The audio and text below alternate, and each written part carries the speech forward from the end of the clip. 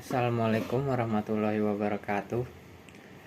Saya Rosir Langga dari kelas 10 IPA 1 akan menjelaskan determinasi seks. Determinasi seks adalah penentuan jenis kelamin suatu organisme yang ditentukan oleh kromosom kelamin atau gonosom dari induk ke keturunannya. Jenis kelamin suatu organisme ditentukan oleh beberapa faktor, di antaranya faktor genetik dan faktor lingkungan. Faktor genetik merupakan faktor yang memiliki peran utama dalam penentuan jenis kelamin suatu organisme. Hal ini karena faktor genetik ditentukan oleh materi genetik, seperti gen, DNA, RNA, dan kromosom yang ada di dalam kromosom, khususnya kromosom kelamin atau gonosom. Sementara itu, faktor lingkungan yang mempengaruhi perbedaan jenis kelamin suatu organisme dapat berasal dari lingkungan internal sel maupun lingkungan eksternal sel. Salah satu contohnya adalah suhu lingkungan. Contohnya adalah aligator. Jenis kelamin aligator tidak ditentukan oleh kromosom kelamin, melainkan oleh suhu lingkungan. Suhu lingkungan tempat telur disimpan. Aligator betina akan meletakkan telur-telurnya di tempat yang berbeda. Telur yang disimpan di tempat bersuhu antara 34 sampai 36 derajat Celcius kebanyakan akan menghasilkan aligator jantan. Sedangkan telur yang disimpan di tempat bersuhu 26 sampai 30 derajat Celcius kebanyakan akan menghasilkan aligator betina. Meskipun jenis kelamin setiap organisme sudah dapat ditentukan, yaitu jantan atau betina, tapi tipe penentuan jenis kelamin setiap organisme itu berbeda-beda. Nah, untuk penentuan jenis kelamin pada makhluk hidup. Penentuan jenis kelamin atau determinasi seks adalah proses penentuan jenis kelamin pada makhluk hidup berdasarkan kromosom kelamin. Terdapat beberapa tipe penentuan jenis kelamin pada organisme, di antaranya adalah sebagai berikut. Yang pertama adalah tipe XY. Organisme yang memiliki kromosom kelamin dengan tipe XY dapat ditemukan pada mamalia, termasuk manusia. Beberapa jenis serangga serta beberapa jenis tumbuhan berumah dua, atau hanya memiliki satu jenis kelamin dalam satu pohon. Contohnya manusia. Pada manusia, seseorang yang berjenis kelamin perempuan akan memiliki kromosom kelamin yang terdiri atas sepasang kromosom X. Sementara itu, seseorang yang berjenis kelamin laki-laki akan memiliki kromosom kelamin yang terdiri atas satu kromosom X dan satu kromosom Y. Berikut ini merupakan penentuan jenis kelamin pada manusia saat proses fertilisasi oleh sperma. Penentuan jenis kelamin manusia saat proses fertilisasi. Setiap ovum mengandung satu buah kromosom, yaitu kromosom X, sementara itu satu sel sperma mengandung satu buah kromosom, yaitu kromosom X atau kromosom Y. Lalu, apabila ovum dibuahi oleh sperma yang mengandung kromosom X, maka zigot akan mengandung dua buah kromosom X, sehingga keturunan yang dihasilkan akan berjenis kelamin perempuan. Sedangkan, apabila ovum yang dibuahi oleh sperma mengandung kromosom Y, maka zigot akan mengandung satu buah kromosom X dan satu buah kromosom Y, sehingga keturunan yang dihasilkan akan berjenis kelamin laki-laki. Lalu ada serangga. Contoh serangga yang memiliki kromosom kelamin dengan tipe XY adalah lalat buah atau Drosophila melanogaster. Seperti halnya pada manusia, lalat buah betina akan memiliki kromosom kelamin yang terdiri atas kromosom X, sedangkan lalat buah jantan akan memiliki kromosom kelamin yang terdiri atas satu kromosom X dan satu kromosom Y. Lalat buah juga dapat ditentukan kelaminnya menggunakan indeks kelamin, seperti yang dikemukakan ahli genetika bernama Calvin Blackman Bridge. Ia mengemukakan bahwa jenis kelamin lalat buah dapat ditentukan menggunakan indeks kelamin, IK, yaitu dengan membandingkan antara kromosom X dengan kromosom tubuh, autosom. Teori ini kemudian disebut dengan teori keseimbangan dari Bridge. Di sini ada keterangan, apabila hasilnya lebih kecil sama dengan 0,5, maka lalat buah itu berjenis kelamin jantan. Lalu Apabila hasilnya lebih besar sama dengan 1, maka lalat buah itu berjenis kelamin betina. Lalu yang terakhir, apabila hasilnya X lebih besar dari 0,5 dan X lebih kecil dari 1, maka lalat buah itu berjenis kelamin intersex. Rumus indeks kelamin IK yaitu jumlah kromosom X dibagi dengan jumlah autosom. Kedua, tipe XO.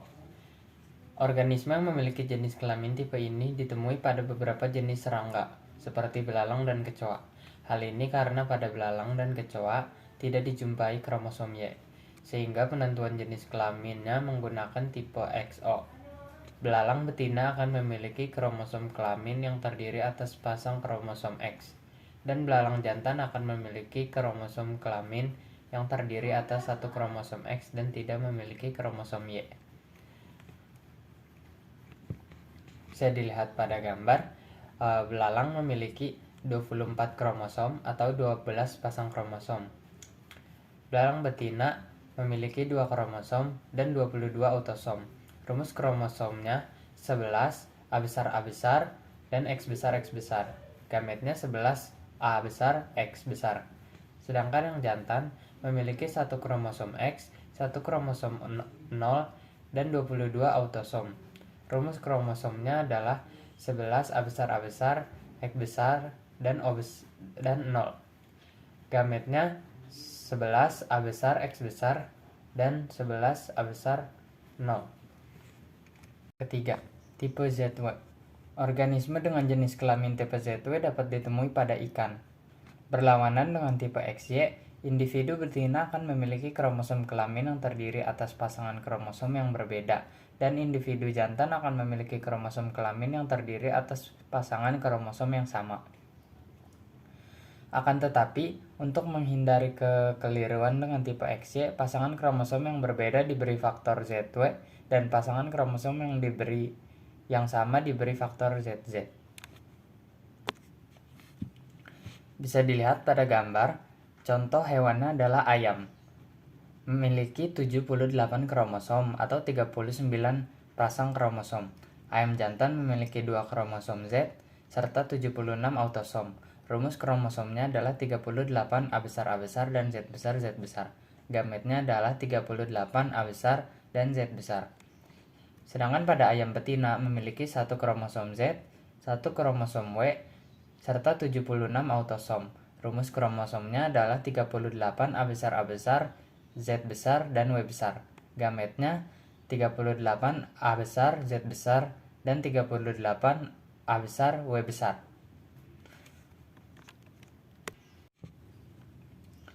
Tipe haploid-diploid. Organisme dengan jenis kelamin bertipe haploid-diploid dapat ditemukan pada serangga ordo Hymenoptera, seperti semut dan lebah. Berikut ini merupakan contohnya. Bisa dilihat pada gambar, lebah ratu setelah melakukan perkawinan, seekor lebah jantan akan mati karena testisnya terlepas dan tertanam pada ovarium lebah ratu. Rata-rata seekor lebah ratu dapat menghasilkan telur sebanyak 2000 butir per harinya. Lebah betina. Apabila telur terbuahi oleh sperma yang tersimpan dalam ovarium lebah ratu, maka akan menghasilkan individu diploid yang berjenis kelamin sama, seperti lebah ratu, yaitu betina. Lebah pekerja. Sementara itu, apabila telur tidak terbuahi oleh sperma yang tersimpan dalam ovarium lebah ratu, maka akan menghasilkan individu haploid yang berjenis kelamin jantan, dan yang nantinya akan dijadikan lebah pekerja. Bisa dilihat pada gambar, lebah memiliki 3 strata. Yang pertama strata lebah ratu, yang kedua strata lebah pejantan, yang ketiga strata lebah pekerja. Ini semua ditentukan berdasarkan apakah kromosomnya haploid atau diploid. Beberapa kemungkinan yang terjadi pada ovum lebah. Pertama, ovum X tidak dibuahi parthenogenesis. Lebah haploidnya jantan, memiliki 16 kromosom. Yang kedua, ovum dibuahi oleh sel sperma, menghasilkan lebah diploid 2N. Betina X besar memiliki 32 kromosom. Yang kedua, dibuahi oleh sel sperma Y, lebah diploid, menghasilkan jenis kelamin jantan, memiliki 32 kromosom, dan steril. Sekian materi yang saya sampaikan. Semoga apa yang saya sampaikan berguna bagi kita semua. Kurang lebihnya saya mohon maaf. Wassalamualaikum warahmatullahi wabarakatuh.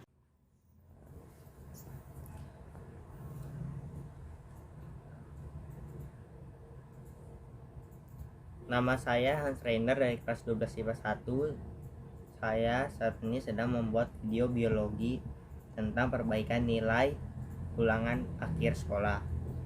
Saat ini saya akan menjelaskan tentang pautan dan pindah silang. Pautan gen. Pautan merupakan peristiwa gen yang terletak pada kromosom yang sama tidak dapat memisahkan diri secara bebas ketika pembelahan meiosis. Pada proses meiosis, kromosom yang telah menggandakan akan menjauh menuju kutub yang berlawanan.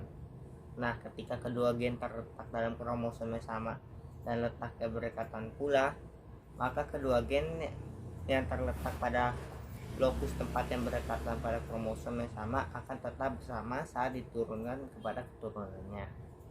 Sehingga semakin dekat jarak gen terdapat tersebut, maka semakin tinggi resiko terjadinya pautan dan linkage.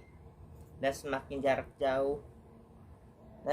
jauh jarak antara gen, maka semakin sedikit pula kemungkinan terjadinya pautan, dan kemungkinan terjadinya pindah silang atau crossing over akan semakin tinggi.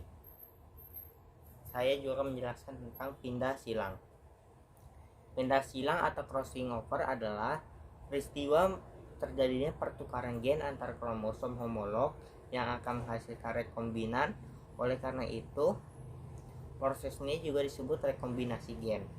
Peristiwa pindah tahap profase saat profase meiosis 1, kromosom homolog yang masing-masing telah menggandakan akan saling menempel dan membentuk tetrat. Tetrat adalah keadaan di mana kromosom homolog yang telah seperti 4 kromosom yang bersatu.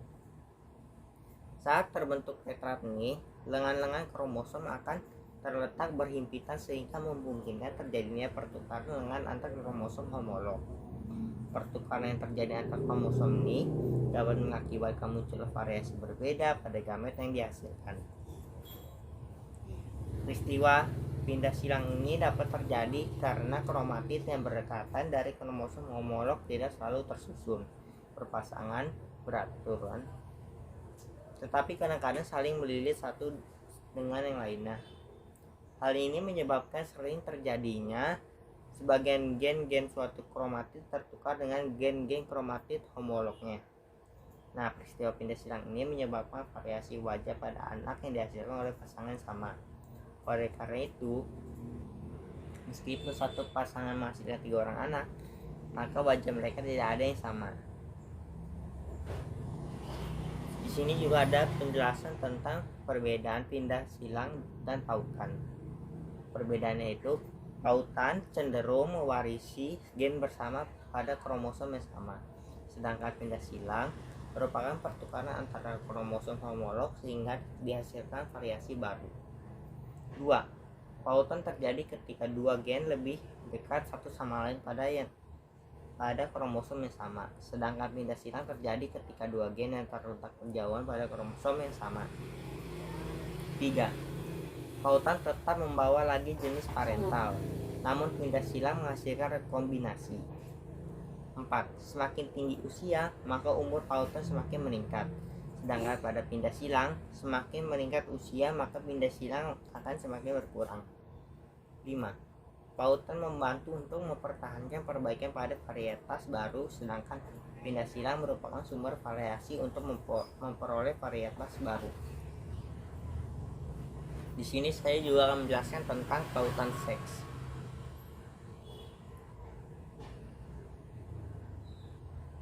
Pautan seks pertama kali ditemukan oleh seorang genetikawan asal Amerika Serikat yang bernama Thomas Hunt Morgan. Pautan seks menyebabkan suatu sifat warisan hanya muncul pada jenis kelamin tertentu, tergantung pada mana gen-gen itu terpaut atau terikat. Pautan seks dapat terjadi pada hampir semua organisme termasuk manusia dan hewan. Berikutnya merupakan beberapa macam pautan seks yang saya akan jelaskan. 1. Pautan seks pada manusia. Manusia memiliki dua jenis kromosom seks, yaitu XX pada perempuan dan XY pada laki-laki. Oleh karena itu, pautan seks pada manusia dapat terjadi pada kromosom X dan kromosom Y-nya.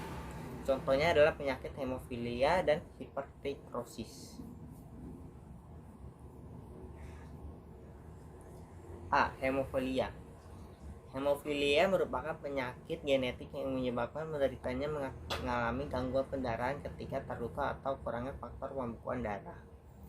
Hemofilia ditentukan oleh gen H yang terpaut pada kromosom X. Hemofilia hanya dijumpai pada laki-laki karena gen ini bersifat letal terhadap perempuan. Meskipun demikian, bagi perempuan, ia akan menjadi pembawa sifat dan akan menurunkan kepada anak laki-lakinya. Hipertrikosis. B. Hipertrikosis adalah suatu penyakit genetik yang mengakibatkan penderitanya mengalami pertumbuhan rambut yang tidak normal pada area tubuh tertentu. Hipertrikosis ini ditentukan oleh gen H yang terpaut pada kromosom Y, sehingga penyebab penyakit ini hanya terjadi pada pria. 2. Pautan seks pada hewan. Di sini ada 2, yaitu A. Warna mata pada lalat buah, atau bahasa latinnya Dropsipilia melanogaster. Dropsipilia melanogaster. Gen pautan seks pada lalat buah adalah gen penentu warna mata.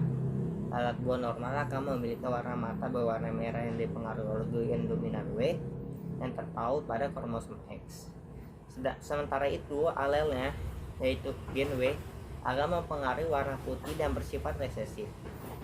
B. Warna bulu pada kucing. Pautan seks pada kucing terdapat pada gen yang menentukan warna bulu kucing. Gen ini terpaut pada kromosom X dan menimbulkan warna hitam atau coklat. Kucing jantan dapat memiliki bulu berwarna hitam atau coklat dengan kombinasi warna putih. Hal ini karena kucing jantan hanya memiliki satu kromosom X yang berisi gen warna hitam atau coklat saja.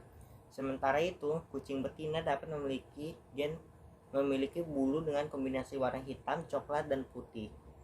Hal ini karena kucing betina memiliki dua buah kromosom X dengan kemungkinan masing-masing kromosom berisi gen yang berbeda, yaitu hitam dan coklat. Nah, di situ penjelasan saya tentang pautan dan pindah silang. Saya Hans Reiner dari kelas 12 IPA 1 akan melanjutkan pembahasan saya, yaitu penyakit menurun pada manusia. Ada albino, hemofilia, dan anemia. Yang pertama adalah albino. Albino adalah penyakit turunan yang disebabkan anak tersebut mengandung gen albino dari ayah dan ibunya. Kebanyakan orang dengan albino lahir dari orang tua yang memiliki gangguan dalam hal produksi melaninnya. Tapi pada orang yang memiliki karier tidak akan menunjukkan tanda-tanda memiliki gen albino. Jika orang tua hanya sebagai karier atau memiliki gen albino saja, sebaiknya tidak menikah dengan orang yang memiliki gen albino. Yang kedua adalah hemofilia. Hemofilia adalah salah satu penyakit turunan akibat kekurangan faktor pembuku darah 8 atau 9. Perintah pembukuan darah ini terdapat di kromosom X, sehingga penderita hemofilia kebanyakan adalah kaum laki-laki. Karena itu, sebagian besar perempuan sebagai karier saja. Penyakit ini sangat sulit dicegah karena setiap anak mengandung satu kromosom seks dari ayah dan satu kromosom seks dari ibu, sehingga penyakit ini dimulai sejak masa kanak-kanak. Dan yang ketiga adalah anemia. Anemia disebabkan tubuh kekurangan sel darah merah sehat yang mengandung hemoglobin. Pemicu kondisi ini banyak dimulai dari kekurangan zat gizi hingga vitamin B12 serta asam folat. Namun ada sebagian orang yang terlahir dengan kelainan genetik dan mengidap beberapa jenis anemia. tertentu. Studi yang dilakukan dari White Hospital di Round Rock, Texas, Amerika Serikat mengatakan beberapa orang memang mewarisi persoalan genetis yang bisa menyebabkan masalah pada darah. Nah, di sini ada beberapa macam penyakit anemia. Yang pertama adalah anemia sel sabit, kedua thalassemia, ketiga anemia perinociosa kongenital, keempat anemia Fanconi, keempat stereositosis herediter, dan itu. Sekian dari pembahasan saya, terima kasih.